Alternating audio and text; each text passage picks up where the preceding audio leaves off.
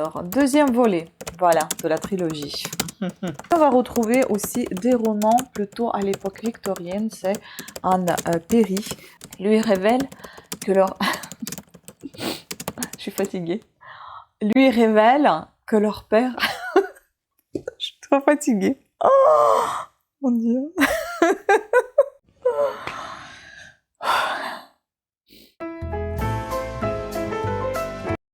Bonjour à toutes et à tous, aujourd'hui ça va être un tout petit freebooks. Oui, on a trouvé quelques petits livres, j'ai changé un peu de localisation, je ne suis plus en face de la fenêtre, enfin si, je suis en face de la fenêtre, mais pas celle qui donne sur le toit, parce que il y a trop de soleil, j'ai hyper chaud. Je filme au mois de mai, même si cette vidéo sortira peut-être en août, bah il fera tout aussi chaud, voire plus. Je ne sais pas si cette vidéo sortira en mois d'août ou mois de septembre même, parce que j'ai tellement pré-filmé que j'ai beaucoup de vidéos avant celle-ci. Bref, ici nous avons 6 livres. On va commencer par celui-ci, Jean d'Alion, ou Jean d'Aillon plutôt. Oh, il était très très humide. Ah, il sent encore un peu. Je vais encore le laisser au soleil parce qu'il passait ses jours au soleil. Hein. Il était très humide. L'odeur était insupportable. Donc nous sommes ici à 533 pages. La guerre des amoureuses. Et je suppose que ça doit être une saga, la guerre des trois Henri. Donc quel est ce tome? Je ne sais pas. Donc c'est un roman qui s'appelle La guerre des amoureuses. On va peut-être le savoir en lisant la 4e. Alors, deuxième volet, voilà, de la trilogie. Romanesque de Jean d'Aillon consacré à la Ligue et aux guerres de religion. 1586, le duc de Guise, surnommé le Balafré, contrôle la moitié de la France. Henri III n'est même plus le roi de Paris, où la Ligue fait la loi. Tandis que le Huguenot, Henri de Navarre, conduit une guerre d'escarmouches dans l'ouest du royaume. Décidée à mettre un terme à cette guerre, Catherine de Médicis part rencontrer Navarre, héritier légitime selon la loi salique, pour le convaincre de se convertir. Mais est-ce la véritable raison de ce voyage? Pourquoi a-t-elle choisi Michel de Montaigne, l'ami d'Henri de Navarre, comme messager? Tiraillé entre sa foi catholique et son amour pour la protestante Cassandre de Mornay, Olivier Hauteville se retrouve au cœur du conflit religieux face à la terrible duchesse de Montpensier qui fomente un odieux complot. Les complots j'aime bien, je trouve ça assez sympa, ça fait un peu les rumeurs d'aujourd'hui, que j'aime moins, mais les complots historiques c'est plutôt pas mal parce que ça en mêle tous les ficelles et ça donne envie de les démêler. Donc dans le même série, on a le tome 1 qui s'appelle Les rapines du duc de Guise et on a le tome 3 qui s'appelle La ville qui n'aimait pas son roi. Et donc tout ça c'est aux éditions Le Club. Donc ici, intrigue de cour, machination, enlèvement, Jean d'Aillon, brosse avec la guerre des amoureuses, un portrait audacieux de la France du XVIe siècle. Il nous fait découvrir, grâce à ses recherches minutieuses, les ressorts cachés de l'histoire. Voilà, très sympathique. Ensuite, nous allons retrouver des choses un tout petit peu moins historiques, mais on va retrouver aussi des romans plutôt à l'époque victorienne, c'est Anne Perry, c'est son style, et je vais vous lire la 4e de couverture de ces 2 livres. Je vous avoue qu'elle écrit très très bien, c'est très sympa, mais c'est pas vraiment l'autrice préférée, c'est pas mon autrice préférée, mais elle écrit pas mal, pourquoi pas. Alors ici, nous sommes à 314 pages, nous sommes aux éditions 10-18 et le second livre pareil, donc Anne Perry, Rutland Place ou collection Grand Détective. Anne Perry prend un formidable plaisir, et nous aussi, à imaginer des enquêtes policières à la fin du siècle dernier dans une Angleterre victorienne. Elle en profite pour faire, sans avoir l'air d'y toucher, une enquête sociologique, une revue de mode, chaque robe est décrite avec minutie, et une critique redoutable de cette société enfermée dans ses principes, ses traditions, ses habitudes.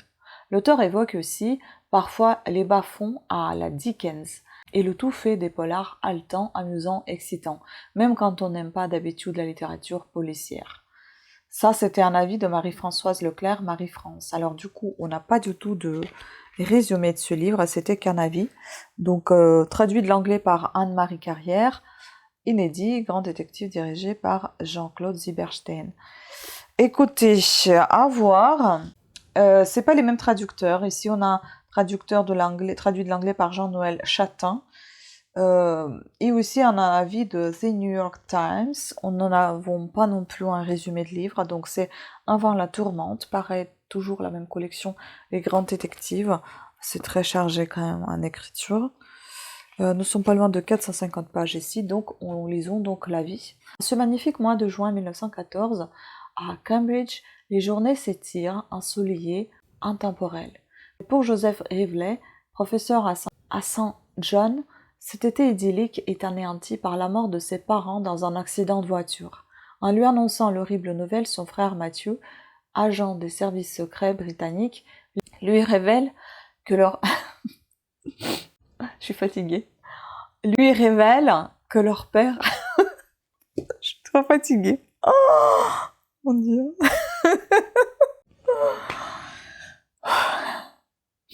Lui révèle que leur père lui a apporté justement un mystérieux document.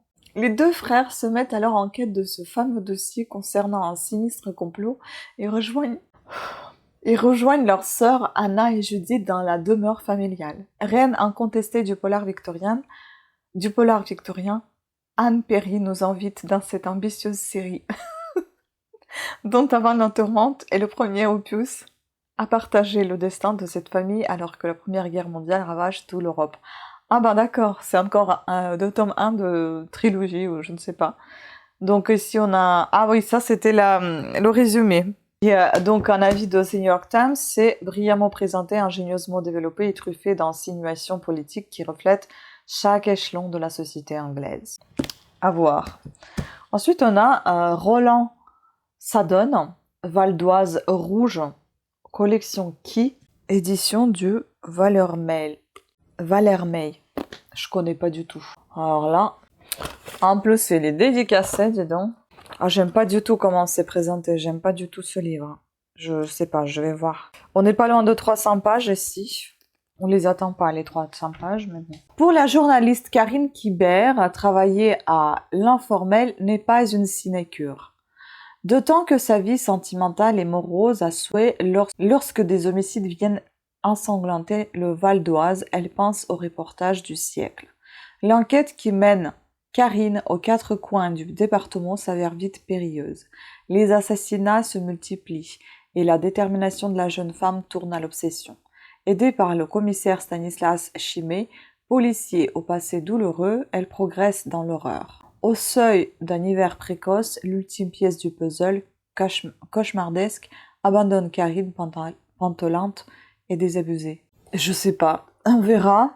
Né à Montmorency, Roland Sadon n'en est pas à son premier roman policier. Citons notamment Terminus Finistère, Aux fleurs de peau et Overdose.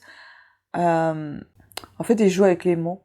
Overdose. Overdose, c'est marqué A-U-V-E-R-S, plus loin D, apostrophe ose. Il apprécie le ludisme noir qui fait rire jaune. Écoutez, pourquoi pas découvrir, hein.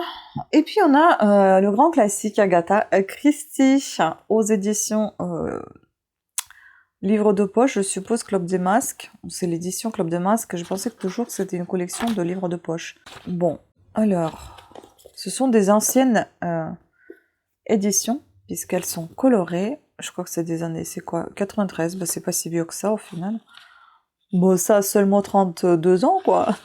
Alors, on n'est pas loin de 200 pages pour chacun de ces livres, donc on va commencer par celui-ci, Jeu de glace. Agatha Christie, dont les 80 livres se sont vendus à plus de 2 milliards d'exemplaires dans le monde, est la reine du roman de policier à énigmes. Ses héros les plus célèbres, Hercule Poirot et Miss Marple, s'attaquent aux crimes les plus mystérieux avec flegme, décontraction, cette touche d'humour anglais qui rend l'atmosphère des romans d'Agatha Christie inimitable. Et donc maintenant, passons au résumé. Le sort de Carrie Louise inspire de vagues inquiétantes à son entourage, à sa sœur Ruth d'abord et à son fils, à son troisième mari, Lewis Sercold. Oui, parce que Carrie Louise, qui a une fille et en a adopté une autre, a été mariée 3 fois avec des hommes eux-mêmes déjà mariés, ce qui fait toute une tripotée de beaux-fils, de belles-filles et de petits-enfants directs ou par alliance. Tout ce monde vit dans un institut pour jeunes délinquants un peu détraqués. Une maison de fous, dit l'infirmière qui soigne Carrie-Louise avec tant de dévouement. Car justement, Carrie-Louise souffre d'une étrange maladie qui présente quelques analogies avec un empoisonnement arsenical. Le drame qui couvait finit par éclater, mais la victime n'est pas celle qu'on aurait cru. Et enfin, le dernier livre de ce petit freebooks, donc Le chat et les pigeons. Le plus anglais des millions anglais, Meadowbank, collège très snob qui accueille les jeunes filles du gratin londonien, de la gentry du Commonwealth et de la crème des Émirats. Dans cet univers si distingué clochent quelques menus détails. À commencer par l'arrivée d'un jardinier beaucoup trop jeune et d'une tournure bien trop élégante. Ce qui est encore plus choquant, c'est l'assassinat du professeur d'éducation physique. Comme il a beaucoup été question d'un petit sac de pierres précieuses, que l'une des pensionnaires est une princesse orientale, que Scotland Yard et l'intelligence service s'intéressent à Meadowbank. On peut se demander si les pierres n'ont pas pris le chemin du collège. Alors, il n'y a que Poirot qui puisse percer tant de mystères. Voilà, sur ce, je pense que je vais aller me coucher parce que je suis extrêmement fatiguée. Je suis désolée pour un coup de rire là depuis tout à l'heure, un coup de folie. C'est parce que je me suis fait rire toute seule en fait. Et du coup, je pense que je vais bien me marrer au montage aussi. Je pense que je vais vous laisser ces petits rushs, ça va être super sympa. Pour vous détendre aussi si jamais vous étiez fatigué ou un petit peu triste. Voilà, sur ce, écoutez, je vous remercie beaucoup de votre attention. Dites-moi ce que vous lisez en ce moment, ça m'intéresse toujours, puisque je peux partager avec vous également ce que je lis actuellement, puisque à ce moment-là, je suis toujours en train de lire un entretien avec un cadavre de Dr Philippe Boxeau, mais peut-être au moment où vous allez me commenter cette vidéo, je vous dirai ce que je lis à ce moment-là, dans quelques mois. Donc ce serait bien évidemment une autre lecture. Dites-moi également si vous connaissiez un de ces auteurs, bien évidemment, mis à part Agatha Christie, tout le monde la connaît. Si c'est Agatha Christie, est-ce que vous avez lu déjà l'un de ces livres que je viens de vous présenter? Sinon, lequel, enfin non pas lequel, parce que ça sera trop long, peut-être qu'il y en aura beaucoup qui ont lu beaucoup d'Agatha Christie. Est-ce que vous avez lu tout simplement un de ces livres que je viens de vous présenter? Ou est-ce que vous connaissez l'un de ces auteurs, sauf Agatha Christie, que je viens de vous citer également? Je pense qu'Anne Perry, ça doit être une autrice que tout le monde connaît. Bah dans ce cas, dites-moi si vous avez lu également un de ces livres que je viens de vous présenter. Sur ce, je vous embrasse et je vous dis à très bientôt. Je suis vraiment désolée pour ce Freebooks décousu, mais je le laisserai tel qu'il est, puisqu'il y en a marre de soigner tout le temps des images et de les faire trop belles et trop parfaites, même si c'est jamais le cas avec moi, parce que c'est toujours à l'improviste, et bah celle-ci, elle sera encore plus imparfaite que les autres. Je vous embrasse et je vous dis à très bientôt. Ciao!